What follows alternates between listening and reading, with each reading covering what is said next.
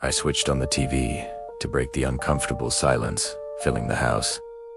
I was alone that evening. My parents had left hours earlier for a family event in Brookdale, and if I had known they would be that late, I would have stayed over at my friend Mia's place instead.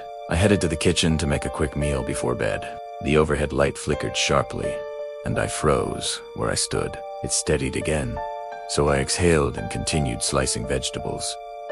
A sudden clang from outside made me drop the bowl. My heart leapt as I rushed to the window, hiding behind the curtain, only to notice a stray cat darting across the backyard. I scolded myself for panicking too.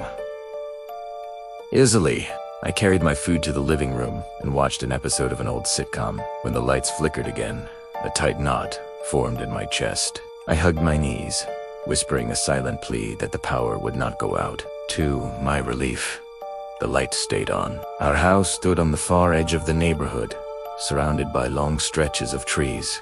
If something ever went wrong, help would take time to arrive. My dad, Daniel Carter, worked in local politics, and he and my mom were always attending late gatherings. A sudden shadow slid across the side of the house. I stiffened and reminded myself it could just be that cat again. But when another shadow passed by, this one noticeably taller, the tension in my chest tightened.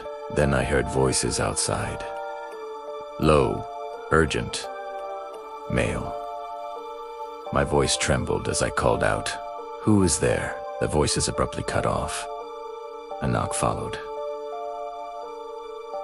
I remained glued to the sofa, terrified. I knew the front door was locked, but fear still pricked my skin. "Who is it?" I managed to ask. "Open the door, sweetheart.